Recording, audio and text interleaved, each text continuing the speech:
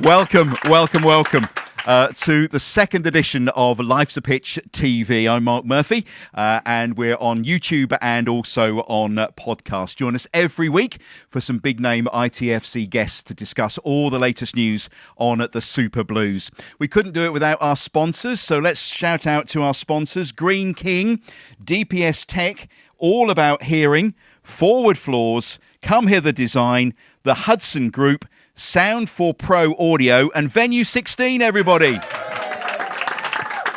We couldn't do it without the wonderful sponsors. Thank you very much. And if you're watching on YouTube, do us a big favour.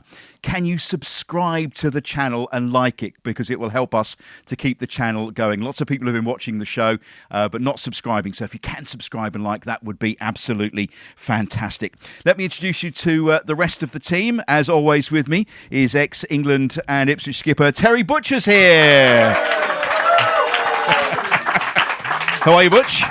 I'm very well. How are you? I'm very well, very well. No Russ this week. Russell Osman is part of the team, but he's still on grandpa duty at the moment, isn't he, for Bobby Benjamin Osman? Well, he's on some kind of duty. I don't know whether it's grandpa duty, but he's in Australia, and it's lovely wine and beer out there. So, yeah. I'm sure he's partaking. He's been partaking, I'm sure, absolutely sure. Behind the temperance bar, because he's there with his bottle of water, it's only Phil Ham, everybody. Thank you.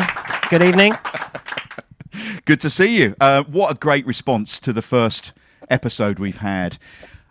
8,500 views on YouTube, over 1,000 listens on podcasts. So you tot all that up, it's about 10,000 in our first week, everybody. Isn't that amazing? Yeah, even I tuned into it as well. Yeah, you got a big family, haven't you? They keep clicking the refresh button. Yeah, I didn't know how big my family was until this week. No, it's taken us all by surprise, but I must admit, I felt really nervous on the when we did it before, and then the podcast went out first, and then YouTube. The boys did a great job. John did a great job getting it out there, and you sort of think when it was out there, you're thinking, oh no, how do people react to it, and do they like it or not? But the reaction we've had has just been outstanding. Yeah, it really phenomenal. has, which is really good. And we feel really humble. Such nice comments from people as well. I have to thank everybody for the comments they've made on YouTube and on my website and on social media. It's very gratifying. And yes, when you start a new project, there's always a bit of nervousness, isn't there? And it was terrific to see the response last week. I've printed some off actually. I'll just read a few. There are dozens and dozens and dozens of great messages. This is from Plumber Man. Congratulations, guys, on an excellent first show. I think we can look forward to it as an excellent progression from the Radio Suffolk show. Look forward to many more to come. Dawn, congratulations on your very first show. I've loved watching every minute. It's been fabulous. Can't wait for next week. We've got Sega Zombie. Absolutely fantastic first show. Life's a Pitch TV is the number one place to be if you're a Town fan. Can't wait now for Thursday nights. Love the show, Mark, says the view, the subs, and team. Can't wait for the next one. Andy's been in touch. Great to see Life's a Pitch brought to life on YouTube. Well done. Thank you, and keep up the fab work. Upper Town. And Carl, congratulations. This is so good. The difference between the generations of footballer is fascinating. Did we manage to get the checks out in the post? We did. Yeah, we have. It's cost us an absolute fortune. Yeah, worth it though. Worth it. But worth every penny. So if you're watching on YouTube, please subscribe. It doesn't cost anything, but it will help us keep the channel going in future. Some sad news this week. Chris Bart-Williams, Phil, passed away. Sad news. A Town player, of course, back in the day. Yes, only 49. I think that's kind of, that was the big shock, wasn't it, really? That he's such a young man, coaching in America, I think the last few years of his career. Only one season with Town, but he made quite an impact, really. It was 2003, 2004. We started the season, didn't win a game by, what date was it? We didn't win our first game until the 16th of September, so we didn't get off to the best of starts. And Joe Royle brought in Chris Bart-Williams, Shef Kikuchi and Alan Mahon, who really turned the season around between them, and we ended up making the playoffs. It was a great season in the end, wasn't it? And it was a really good season in the end. We lost in the playoffs to West Ham. So yeah, he did well. He played a sort of holding role for us, where I think perhaps earlier in his career he played a more attacking role. And I can remember talking to, it was either Leighton Orient, or because he started his career at Orient as a 16-year-old making his first appearances, or a Sheffield Wednesday fan, and they at that time they couldn't believe he hadn't gone on to play for England because he was such a talent at a young age. But had a great role for Town that year. I think he was he left that summer, I think, to sort of try and find other options, and ended up going to Cyprus. But yeah, very, very sad news, and of course not the only sad news in football this Trevor week. Francis, of course, Britain's first £1 million footballer. Butch, you knew him well. Yeah, I knew him very well. Actually, he started his career at Birmingham when he was 16 as well. So I'm glad I started 17, and maybe I get an extra year. But no, it's very sad news, because he was a great player, way ahead of his time.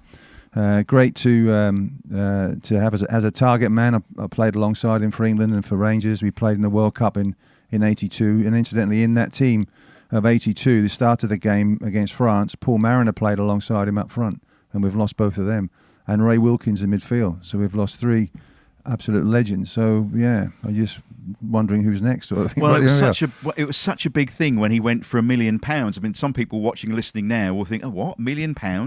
But then it was a huge sum of money, wasn't it? Yeah, I think it was just over 500,000 was the record, and it was nearly double it from Brian Clough at Forest. So he had that pressure, Trevor, and he could handle it, he could take it. And I actually made my debut against him. I did threaten to break his legs if he went near me. So, and I played left back against him, but I didn't have any trouble from him. I knew him from England squads, but he was very good. And then in Rangers as well, we went up there. There's a lot of English internationals up there, and he did really well up at Rangers, but didn't play that many games. I think it was a bit too cold at times, but he managed to, through his career, it was just a fabulous career. And going to Italy was good, because he got like Ray Wilkins and Graham Souness and Mark Haitley. They took the quality of life for footballers on board in Italy and abroad, Marseille and everywhere else. They took that and brought it back to the UK, and it was you can see they're way ahead of their time, because that's a lot of what the Premier League do now, how they treat players and how players live and eat and everything else. So it was a big thing for them to go abroad, and it was great when they came back, because they could tell us the stories about.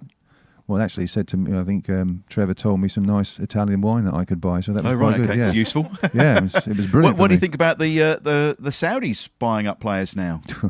I mean, talk about £1 million for Trevor Francis. Look at the staggering sums of money now. Yeah, I mean they're trying to buy leagues, aren't they? And trying to buy success, of course. But it's ridiculous. £259 million allegedly, and wow, that's amazing. And every one of those players that goes out there is going to be on £1 million a week. What about that? £1 million a week. I'm sure our guest would think that he's going to be on £1 million a week. Sort of well, thing. He's the manager of Not Bury here. Town now, Not so here. let's ask him. Ladies and gentlemen, our capacity crowd, welcome our special guest. It's Cole Skuse, everybody! Skuse!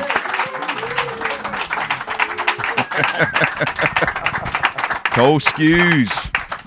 And he's got something in his hand. What have you got there? Well, it's not for me to drink now, so this is a bit of a congratulations Oh, bless on your the start heart. of something new, and the best wishes going forward. Oh, thank you fantastic. very Isn't much. that great?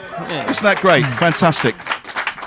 Can we book him every week? Yeah, but you see, that's what a manager does. A player doesn't bring anything in, but a manager does. 'Cause that's what you do as a manager. It doesn't cost much, because it's a very Well, that's short fantastic. Oh, Thank no you very problem. much. My We wife's really- not too happy, but Yeah. Is that player of the month from 2006-7 or something like yeah, that? it must have been that way back. So I didn't get many. Well, I'll tell you what, because it's gift giving time, you can have one of our wonderful Life's a Pitch shirts to don. Look, there we go. Thank you very much. Look at that. Life's a Pitch TV. There we go. That would I think be it's in the my right top size 3 for you. items within my wardrobe. So thank you. Wonderful, wonderful. Thank you very much. We'll check and make sure you're wearing that. We'll ask the Bury Town fans. Look, it's great to see you. Fantastic. Yes, likewise. You're carrying a bit of an injury, though, aren't you? I am, yes, and I think it's not just old age. It's something I had. In fairness, it was something I had at Ipswich about 4 years ago. I had a meniscal repair. The repair ripped again about 5 months ago whilst playing, and it's not quite settled to how the surgeon would have liked. So I'm in a brace. So I know that's not great news for the. Keep it up challenge. But I have promised to come back later Okay. on the season. Not that you might want me back. No, we will. We do, don't we? I'll come Yeah, back. we do. I'll come back to try and Welcome back anytime. keep a ball up. I Well, don't know we've if I'll got be a able to substitute beat for you Connors. tonight, so that will be revealed a little bit later on. So we've got someone coming off the subs bench. Oh, thank you. Yep. So, Thank you. but you are welcome back any time. Brilliant. Thank you very much. And what's it like being a manager? It's different. It's refreshing. It really is refreshing. So my time at Colchester come to an end. we had a sit down, we had a chat, and they spoke about me staying at the club in a coaching capacity. But at this moment in time, I think it was nice for me to come away from what I've been doing for such a long time. I don't think people really realise it starts when you're sort of 8 or 9 years old. You're in a under the magnifying glass, you're in kind of a goldfish bowl under pressure, having to train well, perform well to get the next contract, to get into the team on a weekend, and it carries on up until the grand old age of 37. So I think it was time for me to step away from the professional side of things, and it was never on my mindset to go into management. So how did this come about then? So I was very, very fortunate. A friend of mine who used to work at Ipswich, he was head of education at Ipswich for a little spell, Ralph Pruden. He left Ipswich to go and work at St. Joe's. He came around mine for a coffee a few years ago and said, look, would you ever be interested in coming and take some sessions for the kids at the school? I said, yeah, of course I will, not a problem.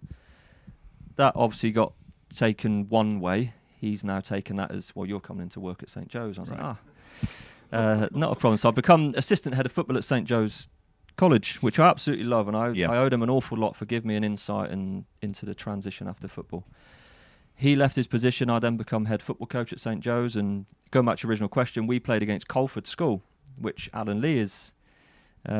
He's a director of sport at Colford. Al's also a director at Bury Town. So Al's sort of hobbling across the pitch. He's got something wrong with his hip, his knee, and his ankle, I think. This is why I never took up football.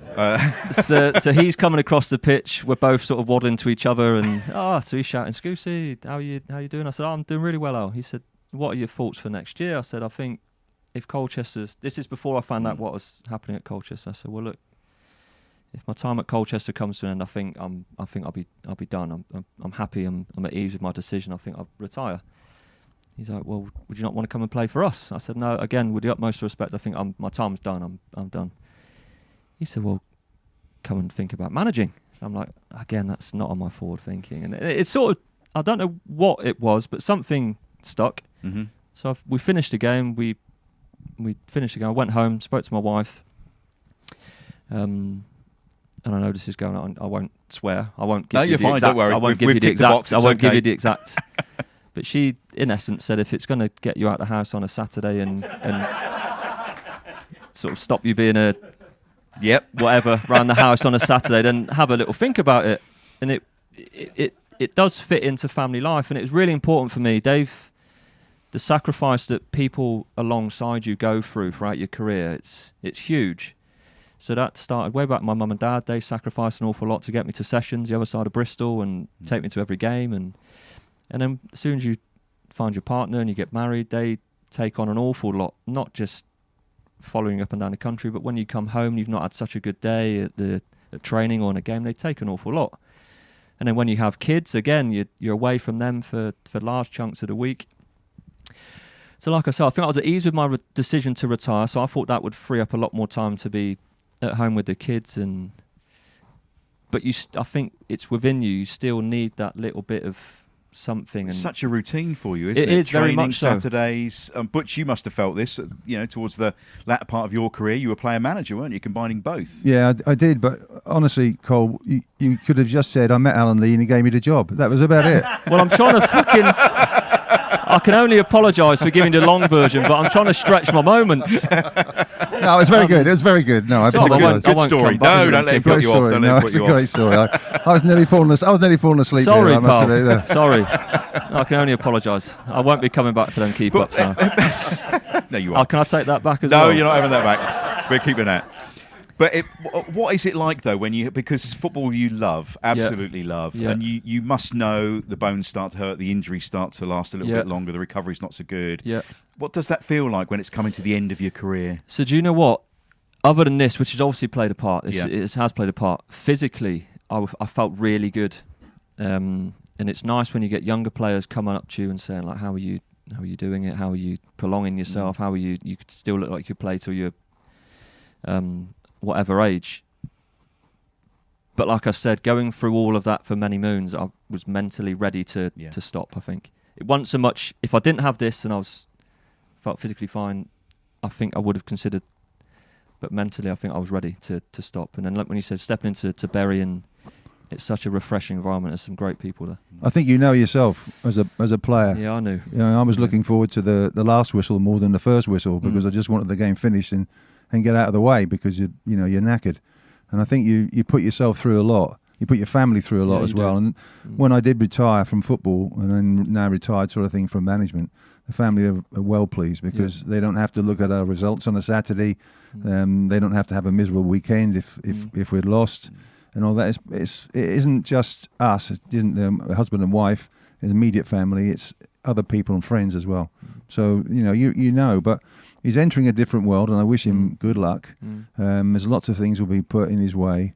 But, if you've got the intelligence, which he has, if you've got the confidence, which he has, and your own ability, you want to learn, and you'll be like a sponge and soak things up, then, you'll go far. But I bet Mrs. Butcher is still quite happy that you come out to record this, isn't she? So you're not under her feet all the while? No, she loves it. Yeah. She loves it. And she can watch all the programmes that I'll never watch. Yeah. Phil, do you want to come in over there? Yeah, well, obviously, management. You said you've suddenly got lists of things to do every day because as players, you just come into training, it's all arranged for you, isn't it? And but you're the one arranging everything now, aren't you? So I am. When I said the list of things to do, that's more from my wife. She's very much bought into this retirement thing, so she's given me lots of things to do. But and you want to go about it in the best way possible. So we've all had insights into everyday working life. You would have stuff in your job, in your playing career, and at the radio. You come across stuff that you think was good, stuff that you think was bad, and then you try and put it all together and create your own blend. So I'm trying to do the same with Bury. I'm trying to give them the best chance to succeed, sort of on and off the pitch, really, to be a bit of guidance when they need it, always at the end of the phone if they need it. But on the playing side of it, like you said, I'm leaning on people that have done it for many moons. So I'm reaching out to managers and players that have stepped into it and trying to create my own way, but give them the best chance to do the best they can. Yeah, you do. You end up taking bits and pieces from different managers and different coaches and different players, different clubs, and you try and mould it into your belief, your philosophy. Someone said to me as well, great players don't make great managers because they want to coach players things that they did and all that sort of thing. Whereas it's a different world now. It's a modern world. There's a sort of a format to play football out from the back if you can. The odd one out is going to be the long ball game and everything else like that. So people like to see that, and coaches like to coach it, and players want to play that way now. So, well, tell me, do they want to play that way, or would they play another way? So no, I think the group that I've inherited and the players that we brought in are they're like sponges. They're hanging on everything that we're saying, but it's striking that balance. Like you said, I'm not. Don't get me wrong. You tune into. Am I allowed to plug up programs on this show? So you tune into Match a Day on a Saturday night, and you see Man City. Not that one. No, we don't go over that one. No. Apologies. We don't like that one. But even I've been to watch Ipswich a couple times last season, and they're incredible to watch. The job that he's done, and the players themselves deserve a huge amount of credit for the way they play. It's an incredible style of football. But they've also struck a balance. They won't be adverse to times where you have to go slightly longer. So I'm not saying I'm sitting here saying we're going to go bang, bang, bang and try and sort of reinvent the wheel at Bury, so to speak. We are going to try and strike a blend where the game has to... Football's never scripted. There's situations that will pop up and you have to... It's all about decision making. I remember Beat saying to me on the radio, on the Life's Pitch show on the radio before, that yes, it was lovely to play the ball around, but sometimes the long ball is the right ball to do, isn't it? It is. No, it is. You're right, 100%. And there's the level you're at as well. Obviously, the players you're working with, are all, they're good players, aren't they? But they're not Manchester City players. They're not Ipswich Town players. No, and we're not playing on this every week. Yes. So we're very fortunate. You like our pitch? Incredible, by the way. Fantastic. Arnie, the guy who looks after the pitch at Bury, does an incredible job. The pitch is incredible, which throughout pre-season we found it's not been so much to our blessing, really. We played against some good teams that have gone bang, bang, bang. Right. So at home, it would be brilliant for us. We can try and play a little bit. But when you go away to clubs that haven't quite got the pitch that you've got, you're not going to be able to just to go da-da-da-da. Well, Arnie can always mess it up if you want to play that way. I mean, it's quite good. It's easily done. We've done that with the fire hose when we wanted the game off a few times as well. do what you do. But you have to look at your squad, and you have to say to your squad, what are their strengths and weaknesses. You can't force a system onto somebody that's not comfortable playing that way. Yeah. So you've got to develop, and if you see players that can hit a good long ball, and you've got quick people, then you play to that strength. Yeah. Not all the time. And I think you have to say, right, this is our sort of fallback system. This is what we do, but we can change to this, and that involves work, and it involves training. But if you're only going to train 2 nights a week and you've got injuries or people can't make it because of work, that's going to be really tough. That is the one thing I think I've struggled with a little bit.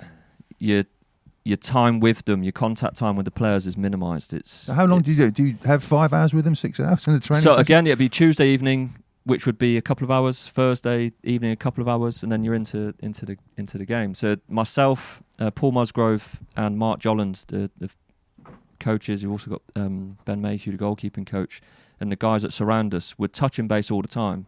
So it's you sign up to Bury thinking it's Tuesday, Thursday, Saturday. You don't see a little small print at the bottom that says your phone bill's going to be through the roof, and you're always saying to the kids, "Shh, Daddy's on the phone, shush." So we're touching base all the time, but like you said, your contact with the players is minimised. You're trying to cram in what professional clubs, like Connor said last week, they don't get many days off, so the contact time's a lot. So you're trying to squeeze sort of 5 or 6 days of detail into twice a week, and they've been phenomenal. The players, they are a great group, and they are. You can see it coming to fruition in the games that we played. They are trying to take on what we're trying to tell them to do and advise them to do, and they've been brilliant to this point. There is another team in that league, Butch, that you've got a slight affinity with, isn't there? Slight feeling, yeah. I love them, yeah. Yeah. Lowest off town. Yeah. The Trawler boys.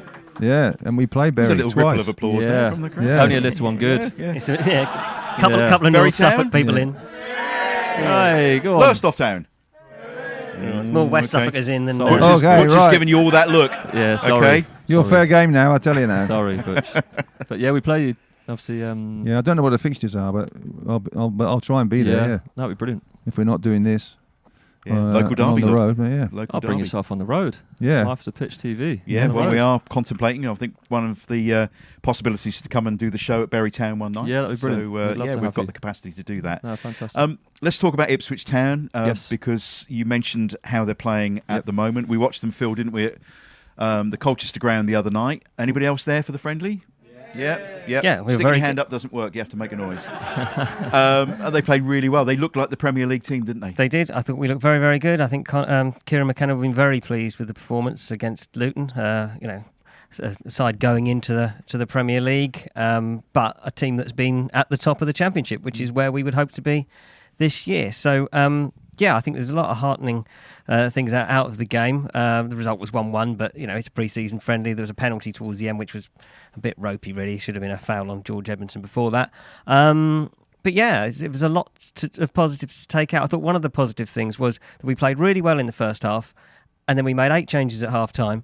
And honestly, you couldn't really tell the difference in the first 15, 20 minutes, which is very important, isn't it? The squad and the players being able to come in and out like that. And yes, I think pre-season generally has been a very, very positive thing. I know we had a couple of results last week against League One clubs, but they were in horrible conditions, and I think they were kind of up for winning the game, whereas we were up for getting minutes into legs. Yeah, it's it's a different thing. Well, you've both had pre-season experience. It's not necessarily about winning, is it? But it's nice to win. But it is about getting some minutes into your legs. It is, and I think that's the most important thing. People can get caught up on... obviously, like you said, winning's great. It breeds a great feeling throughout the group, but you can have 6 pre-season games that you go on and win, and you start the season poor. It can be flipped. It can have... I can remember under Big Mick, we went to Charlton, our last pre-season game. I know. I had to interview him after the game. I bet that was a joy. It was, yeah. And we got 6-1, wasn't it? Well, we got... And it was the season Battered, we had a relatively good season after that. I think you won the first 5 matches. We had a real didn't good you? start. Yeah. And it can be either way, but like I said, I've had the pleasure of watching Ipswich on a couple of occasions last season, obviously due to still playing, but my kids are desperate to go and watch.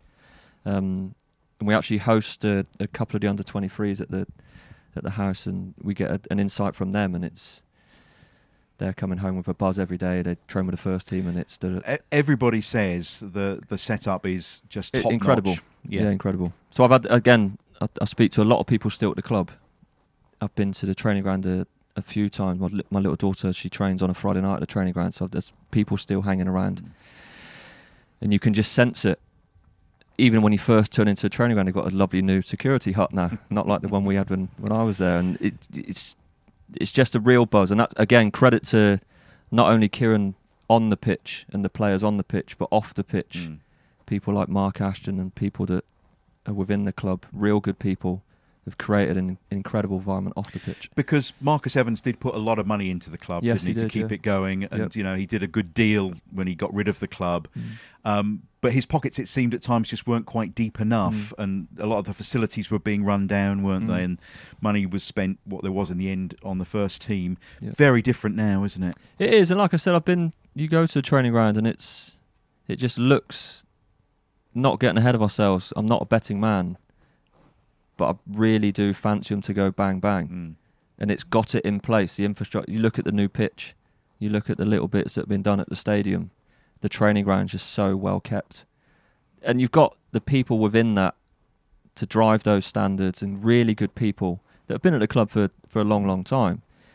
And it is, like I said, not getting ahead of ourselves, because we're all huge fans of the club. You know what it's like to be in a squad, and that squad, Phil, you talk to them quite a lot, don't you? But that squad really feels together. And we got that from Chappers last week, you know, and I've spoken to others there. It really does feel together, and it reminds me of when George Burley took us up into the Premier League, and that was a similar squad, wasn't it? No big superstars necessarily, but good players who played for each other, and I get that same feeling now. I really do. No, and like I said, again, going back to it, speaking to people that work within the club, they say the same. Lee Evans' children actually go to the same schools, to speak to him on school runs, and you can just, it is the same. And I think Connor touched on it last week, they don't get many days off. And you know yourself, have been days off are like gold dust, they're nice. But you don't get the feeling that the players are adverse to it. They're very close, they're enjoying their workplace, which is huge. They're enjoying learning off someone that's been at one of the biggest clubs in the world. So it is just a great place. You say about spirit in the current, your squad obviously there was a spirit there in the squad that you were part of under Mick, particularly the 2014-15 season when you made the playoffs. That was a very palpable. There was a core of a squad there, wasn't there, that Mick built around. I think people like you, Chambo, Tommy Smith, Bart. And I think even now, like those names that you reeled off, you'd pick up the phone to them. We were so close, and I think it helps. When I first moved here, I didn't appreciate, and I mean this in the nicest possible way, we're geographically challenged here, aren't we? Yep. Really are. Yep. So it Particularly helps. you come from Bristol. Oh, no, and I think it does help. People have to move to the area. Whereas you go to other clubs, people, if you're in a Midlands or people are sort of all around. So we're close. After training, we're going for coffees. On an evening, we're going for meals with our partners. It helps. And we had quite a small group at the time, due to reasons that you mentioned earlier. And we were really close, and it did help. And it helped playing under someone like Mick, who was massive on that, like a great human being. We got to a position we probably shouldn't have got to against bigger fish within the league. I would say Mick wasn't, he did have his drawbacks because he played for Celtic as well. So No, but I would, that year I was looking at this year, the 2015 one. The last game of the season was against Blackburn, and we lost. We lost away 3-2. A point from that game would have meant that we'd have played Borough, and not that mob up the road. So that was Norwich. There's a queue. Honestly, after the boo from Lowestoft, you have to get in the audience. I tell you no, come on, wake up. No, but it was so close because he took 10 out of 12 points before that. You're on a great run, and you led in the second minute. So we thought we come in the change room after the game. We thought wow, we've what a way to finish. We were obviously top at a stage, and we come back in thinking we just lost to Blackburn 3-2 us. And like you said, it wasn't till on the bus coming back that we thought if we'd have got that extra point, it would have meant it could have been a completely different scenario. And even the playoff games against Norwich, it got to a point where I thought we've got them. Yeah, even I missed that one. Sorry. Boo. It got to a point within the second leg, we're thinking we've got them. We've got like the game plans working. We've got them, and then what happened. I think the difference that season compared to this last season is that Kieran was able to buy wisely in the January transfer window and bring in some good signings, whereas I think that season we didn't. And I think if perhaps a lot of people think if we'd have invested a little bit in the way that Kieran's done, that might have injected something into the squad. It's what Chapper said last week, that it gave them all a lift having these fresh people in. It does. When you see new people come through the door, and the calibre of players that they're signing now, if they're walking through the door, you're like, what a signing that is. That does give you an extra... Like I said, they're signing very good players. Yeah. It might have made a difference in that season. Who knows? It might have. That is a question actually from someone who said that. A fan asking us, Richard Lees, how frustrating was it? We're only a couple of players. Did you feel like that at the time in the January? Because we did sign. Freddie came in, didn't he? Yeah. In the January, and then also, of course, you could bring players in on loan, and I think Stephen Hunt and Noel Hunt came in. I think as subsequent to that. So we did make additions, but perhaps not as bigger additions as perhaps might have been anticipated. And of course, the other thing was we lost Didzy to an injury, didn't we? Yeah, he's what a player, by the way. And he was a huge lot. Any time we lost him, that was it. Kind of the opposite. Instead of going, if you're losing, if you come in on a morning, you see Didzy in the treatment room, or you see his car in the car park early, which was never the case. You're thinking, please, I hope he's. I mean, when he left, or he just went on such a run, hasn't he? Wherever he's played, he's been banging in the goals. Yeah, what a player. Yeah. What a player. So to lose... Sorry, Butch, go on, carry on. No, you carry on. No, so if you lose him... But at the time, going back to your original question, bringing in Noel, bringing in Searsy, who was brilliant for us for that second part of the season, at the time, I think as a group, we were thinking, we've got a good chance here. I don't think we were thinking or talking, saying, I wish we'd have spent 5 million on whoever at the time. I think at that time, we were thinking, these are great additions. So when you won, when you lost and you're driving back and you know you're going to play Norwich in the playoffs, what do you feel then? Do you feel confident? Or do you feel... At the time, in fairness to Norwich, they had a real good squad. They had spent well, they were paying big money, they were a good group.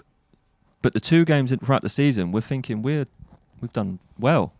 So it soon flipped from thinking we'd have loved to have met them in the final and had in front of everyone at Wembley, it would have been an incredible occasion.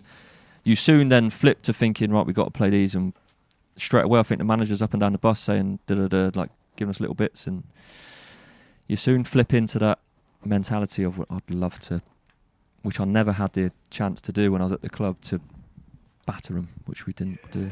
Yeah, I think that deserves a round of applause for that vision, doesn't it? Come on.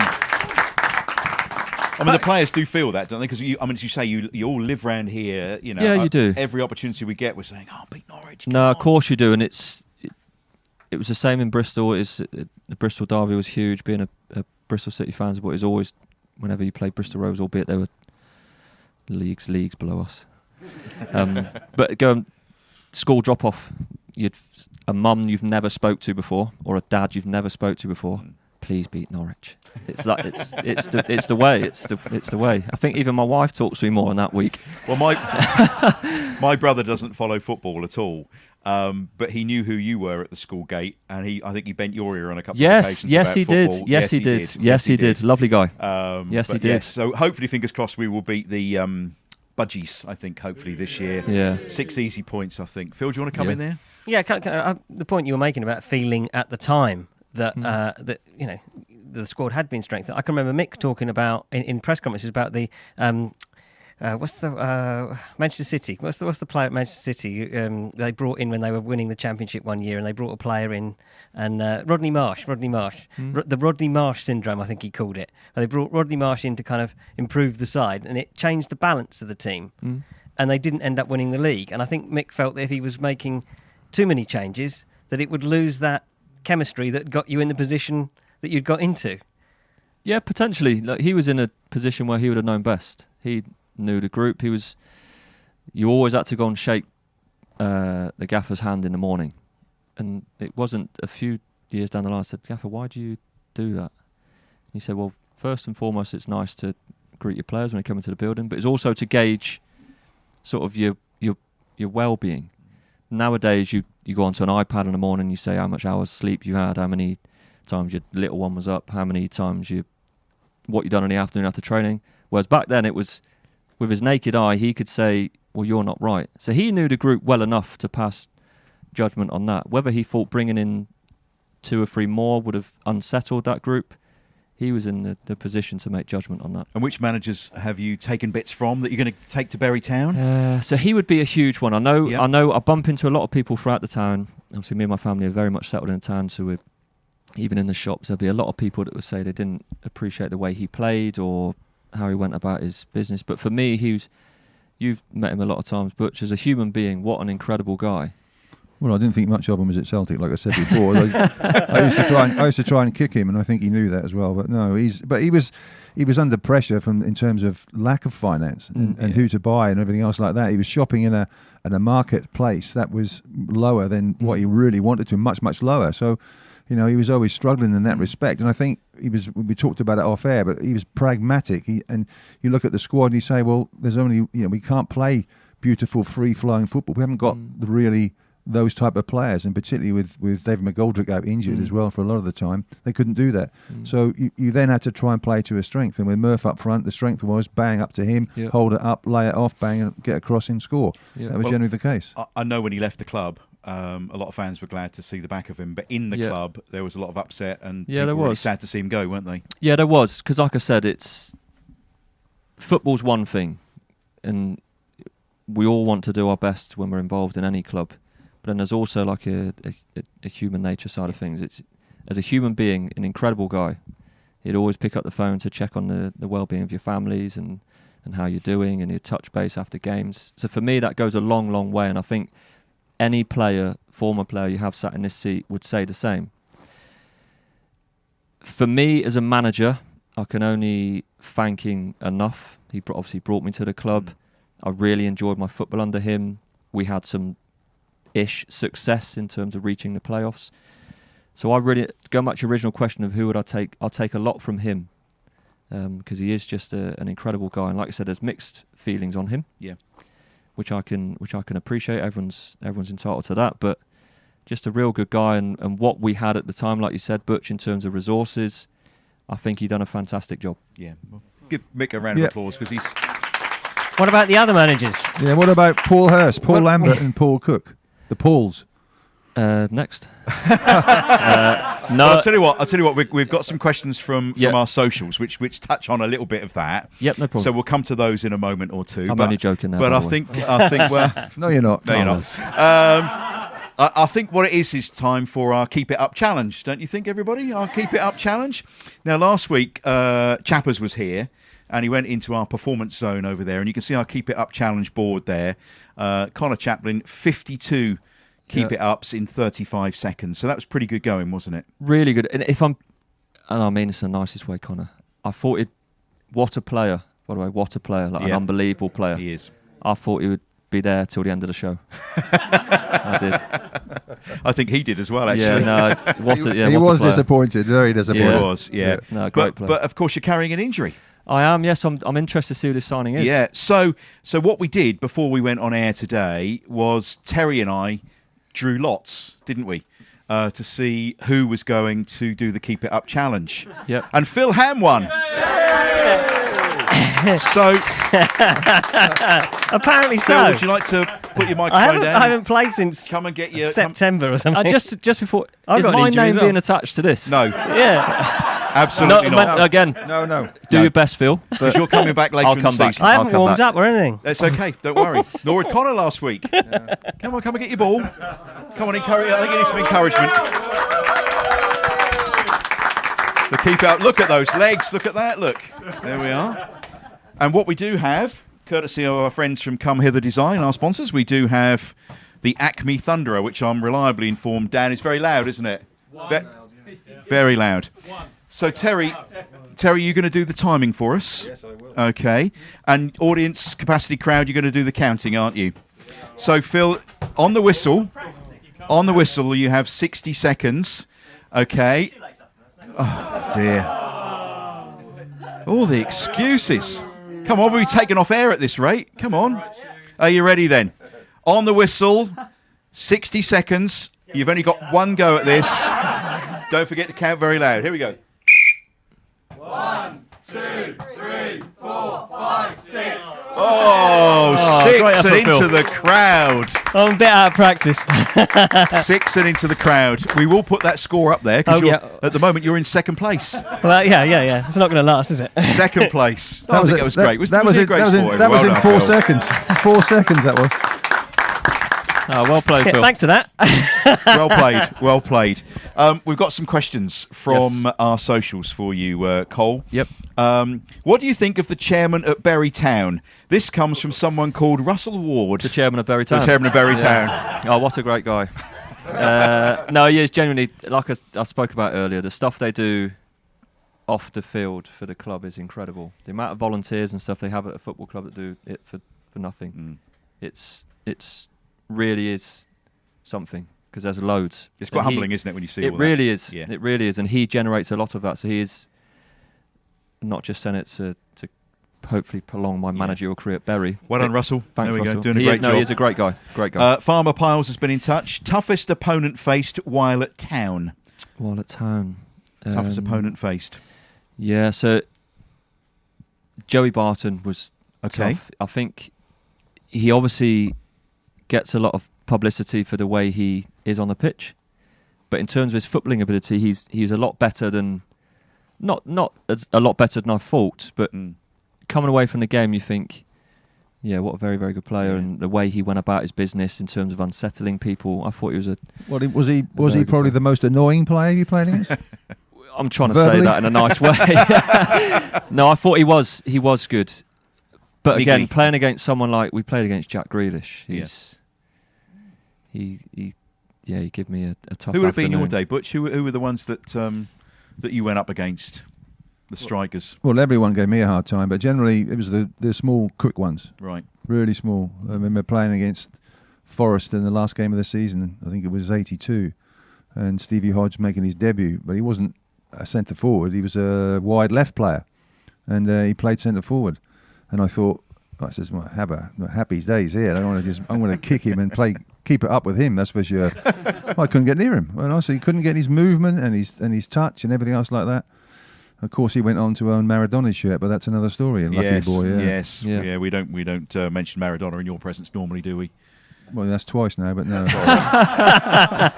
He who must never be named. And he goes on to ask, who was the worst dad dancer of your teammates? Okay. Who couldn't throw the shapes on the dance floor? Oh wow! They might be watching, but never Yeah, mind I'm that. bad. You're bad, are you? But I did see Okay. Big Berra. Okay. Wow. Christoph, yeah. Yeah. Okay. Yeah. Like a big plank Well, of wood he was. he blocked his copybook for me. He blocked his copybook when he handled the ball in that semi-final in 2015. Oh, yeah. Now, Yeah. for me, the ball coming there, okay, I can't get it with any part of my body, but I would never handle the ball, simply because that was, sort of, from a moral point of view, you didn't do that. You know, you didn't deliberately handle the ball. But also, it was a double whammy because he got the red card. And, okay, we equalised, which was a fantastic effort, but it was always going to be a case of A when tough Norwich got challenge, the next yeah, it one. was. Yeah, tough call that one, wasn't So it? Bad I'm dancer, glad but he's great guy. not at Town anymore, to be honest. No, he's a great guy. He done well. He's a lovely guy. Yeah, He is a lovely he was guy. great. a lovely Jeff's guy. been in touch. Who was the best manager you worked with at ITFC? I'd have to say Big Mick. Yeah. Big Mick. Where do you think Paul Hurst went wrong while he was town manager? 'Cause it was a lot of signings, wasn't it? Yeah, there was, which people highlight a lot of the times. I speak to them about it, and they say it's maybe too much change at one time. Maybe it was, but there's still players at the club that he brought in have gone on to do very, very well for the club, which people must appreciate. So I don't know. If I could put my finger on it, I would, but I don't know. Maybe there was too much change at one time. Should he have been given longer? The results were alarming at the time. So in answer to that, I'll probably say no. But it's a beast, the Championship. It really is. I don't think people appreciate how much of a tough league it is. There's some really good clubs, really good players. Obviously, the money coming in at the top end of the pitch is now filtering and pushing players into a Championship that they maybe wouldn't have been Championship players a few years ago. So it's a real tough league. And maybe it might have been a little bit too much for him at the time. But, yeah, who knows? Were there questions eyebrows raised in the dressing room by about some of the comments he made about Jonas and Bart when they were at the World Cup? Yeah. And also Tom midfielder who had Adeyemi, about his injury and things like that, which we as journalists kind of thought, we don't hear managers say that sort of thing very often. Yeah, there is. Look, we're footballers. We're not aliens. We read stuff, you hear stuff, you relate stuff almost instantly. And when Tom had numerous amounts of injuries, but he was an absolute warrior to a point. He'd try and get back the best he could. Great player as well, by the way. It's unfortunate we didn't get to see enough of him. So that was uncalled for, I think, at the time. And when you've got players like Bart, who was our player of the season for 2 or 3 years, an outstanding player, and never conducts himself in an ill manner, he's always very professional. To come out and criticise people like him and Jonas, I think the lads at the time were like, that's... Perhaps naivety, perhaps. Maybe. Yeah, maybe. Naivety. So did that not help the kind of relationship between squad and manager with him coming in, sort of thing? As players, you probably become tighter, but I don't think it done him any favours at the time, if I'm being honest. Lots more coming in. Andrew, if you could change one football decision you've made, what would it be? One football decision I've made? Yeah. Would it be a transfer somewhere, maybe? I didn't have many. Have you got a lot to pick from then? Yeah? No, in the sense that I haven't got loads to pick from, but I'm... I don't know. Should you Don't have been a centre forward? Yeah. Sorry? Should you have been a centre forward? Oh, not a prayer. No, I wasn't going to bring up his goal scoring. I was going to say, you've seen enough of me for vouch for that. Did you enjoy right back, though? I played quite a bit of right back at Bristol City. So it was never... I only done it for a couple of games here, which I didn't mind. But in terms of going back to... I can only apologise, I haven't got an answer for that. No, don't worry about that. You told me a couple of years ago that Reading were interested in you when they were in the Premier League, weren't they? Yeah, but that wasn't a decision that I've said no.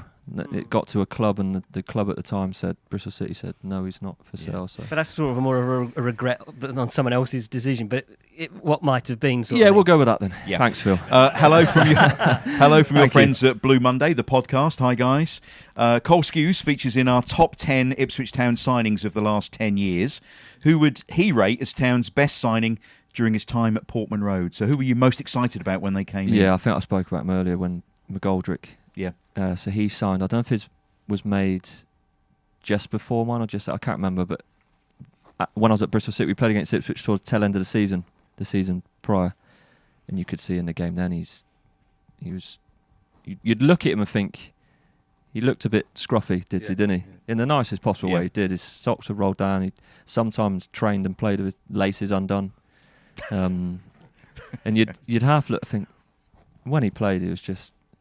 So then when I signed permanently and he was in the building, it's him. But you'd have to say people like Chamber as well. I know he's a very close friend, and our guest next week on the show. Yes, our guest next week. He's a fantastic guy. But people like him, the stuff he done for the group off the field, as well as his performances and his appearances for the club on the field, you have to say people like him have done incredibly well. Unbelievable, the best I played under. Looking after a lot of the youngsters and very doing much stuff so, that really... He goes sort of above and beyond. Yeah.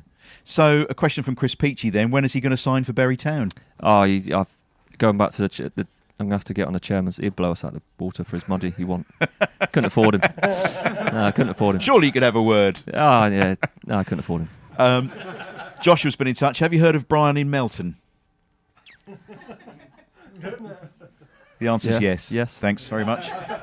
You've got some TWTD ones as well, I Phil? have from our punters, from Paul PDEP. Were the players aware at the time just how underfunded the club was? Was that feeling there that you knew kind of everything was a bit kind of underdone? I think so. Not to the point where you're coming into the building every day and you're seeing stuff to think, wow, that's... Yeah, it was more, like you said, the January windows, the end of season. Mick would openly say to it, like, you can't go out and just buy whoever. It has to be a little bit of, like, a lot of us at the time signed on free. We were out of contract. We signed on free transfers. So straight away, you kind of get an indication of we're not spending loads. What about things like medical equipment and it helps to get you back to fitness and stuff on the training field? Yeah, so staffing back then. I know it's different. We're not talking a long time ago, albeit 10, 12 years ago. The staffing isn't like it is in football now. I think you spoke about it with Connor last week. There's more staff now than players. We had sort of skeleton staff back then. and it had a desired effect in the sense that everyone was close, very, very close, but it might have had an adverse effect in the sense we haven't got them extra hands to lend a hand. So, yeah. Another one from Andrew Spool. He says, ask him about his talented postman. Oh, no, Apparently more famous than you are now. Oh, no, so he is my postman. Lovely guy. He sang, I think, at Portman Road one time. And I think they messed up with the sounding. Oh, right, but I think it was horrific. He shouldn't ever want to talk about it. So, but no, I do know him. Lovely postman, and a great singer. He does do he does a lot of singing. Yeah. He's a singing postman. Yeah. Singing postman, yeah, he does a lot of gigs. And Cole. Here he is. He's a great guy. Yeah. Great guy. Yeah. And Jake Miller asks, having seen Sam Morsey make a transition from sitting midfielder to someone who kind of breaks more into the being more of a goal-scoring player, do you think you perhaps might have brought that into your game more? Maybe. At the time, it was very much I was asked to do a certain job and a certain role for the team, and that was the way the manager at the time wanted it done. But again, it's the way Kieran's done things. He's sort of creating his own sort of way of playing. Do you wish you were there now?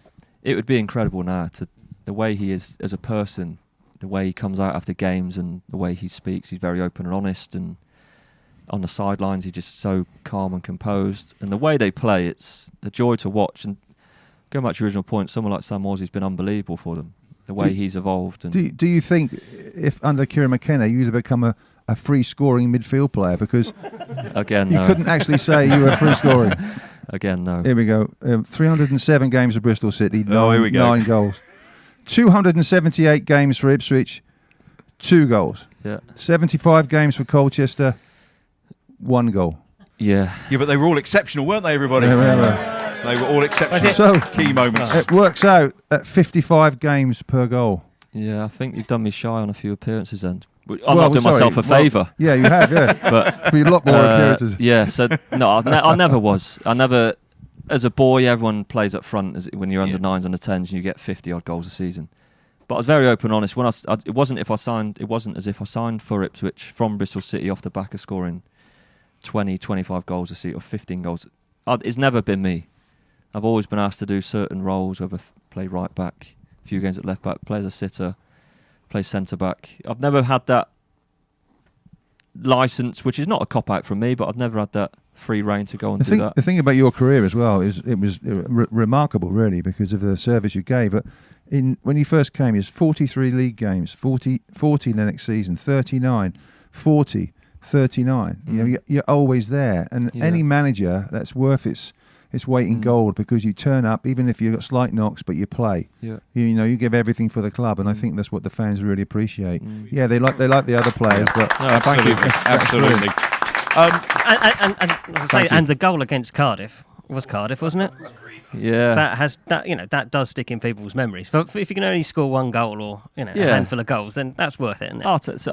It's quite a celebration as well, wasn't it? No, so a little story again. Stay awake, Butch, please. a little story. So we went. I'll try. Yeah, we went on holiday in the summer, and we bumped into, as you do, your kids are in the pool playing with other families' kids, and you get chatting to the dad. He's from Newcastle, massive football fan, and there's actually a family from Bristol there, so we got chatting to them as well, and got talking about football. Long story short, he also got a clothing brand. He said, "Look, I'll send you down some stuff." I was like, "Oh, brilliant. Thank you very much." He did. He said, "Send me your address, I'll send you down some clothes." Sent down some clothes and some bits for the kids. And in there was a little photo frame. And I'm like, "What's this?" And in the photo frame is a QR code with my name underneath. So I've scanned it, popped straight into YouTube, and it's my goal from Cardiff. Oh, fantastic. So anyone that comes to the house now, I've greeted them with like that. And I'm like, I did score 1. Actually, that's a very short story compared to your longer one earlier. But but you actually booked before that, weren't you? And then when you scored, you ran off the pitch. So you actually saying in an interview, I really thought I was going to get sent off. I genuinely think I did. So as you could imagine, it was a long time before I scored. So I'm getting a rub before the game with them. So who's now kitman James Pullen. He said, "Skuse, any time you score, please just come." And I'm like, every week he's like, "This is the one." It went on for obviously years. So I'd been booked for a bad tackle just beforehand. So when I scored, like you said, it was a horrific celebration. When I look back at it now, my kids are like, oh. But I ran straight to him, and he's off the pitch. He's behind the dugout in the crowd. And it wasn't until later in the game the ref said I probably should have. Well, thank goodness he So didn't. he knew. He He knew what a goal it was for you. Hey, look, we're running desperately short on time now. Yeah, sorry for my long stories. No, they're great stories. They are great stories. Some of them, but there we go. Yeah. And you're going to come back anyway, aren't you? Yeah, so, I will come back, for part 2. But one of the things we used to do, I've been getting messages on my phone from Mark Story, and Mark helps to run Man v Fat Football at Portman Road, which is gentlemen of a certain size playing football to lose weight. And we used to follow them on the radio show, didn't we, Butch? Yeah, it's great. And they really do lose a heck of a lot of weight playing football on a Friday night. And they come up with names for their teams, and he's just sent me through. And if you saw my reaching for the phone, you'll know why now. So I've got the latest scores from their last round of matches. And I can give you the names of the teams and the scores. So, Far From Athletic, 9. To Lose a Few Pounds, 7. Pork Vale, 13. LA Galaxy Bar, 8. Man Titty, 6. Seattle Quarter Pounders, 6. So there we are. There endeth the scores for this week's Man v Fat. But we'll try and keep a watchful eye on those scores. You've been to watch them, haven't you? Yeah. I think we'll try and get a favourite. Should we get a favourite? Yes. Yeah, we'll get a favourite. Okay. Which It's one a of great that looks thing, you isn't fancy? it? It's a great thing. You play football, but it's also whether you win or you lose is based on how much weight you lose as It well, is. which It's is great. is excellent. And I think It's it works great. really well on a team basis. Yeah, fantastic. I think my favourite team would be Man City, as long as they didn't. Yeah. As long Is that as they, the one we should follow, everyone? Yeah. Okay. Man City results. As long as they don't make too many boobs. Zero. Yeah, we'll keep abreast of their performance, don't worry. I think that's probably a good point to leave it, don't you? Would you say, everybody, our capacity crowd, a big thank you to Mr. Cole Skuse? Thank you. Next week, it's Chambo, your old mucker, Luke Yes, Chambers. yep. He'll be sitting in the seat next week, hopefully not carrying an injury, so we can get him to do the Keep You Uppy challenge. No, he'll be good. Otherwise, it's me or Terry having a go, and we don't really want that, neither of us, You to be don't quite want honest. that, no. To keep in touch with what we're up to during the course of the week, check us out on our socials. That's Life's a Pitch TV on Facebook and Twitter. And don't forget on YouTube, please, if you do one thing, subscribe. It doesn't cost anything. It's just like setting up a favourites list on your YouTube channel, but it will help us to keep the channel going in future. Thanks again to our sponsors, some of whom are here. That's Green King, DPS Tech, All About Hearing, Forward Floors, Come Hither Design, the Hudson Group, Sound 4 Pro, and Venue 16, everybody. And thank you, Capacity Crowd, as well. Thank you to the team behind the scenes. We'll be back next week. Enjoy the show. Next week, it'll be Luke Chambers from all of us here and from Cole Skuse. Up the town! Up the town!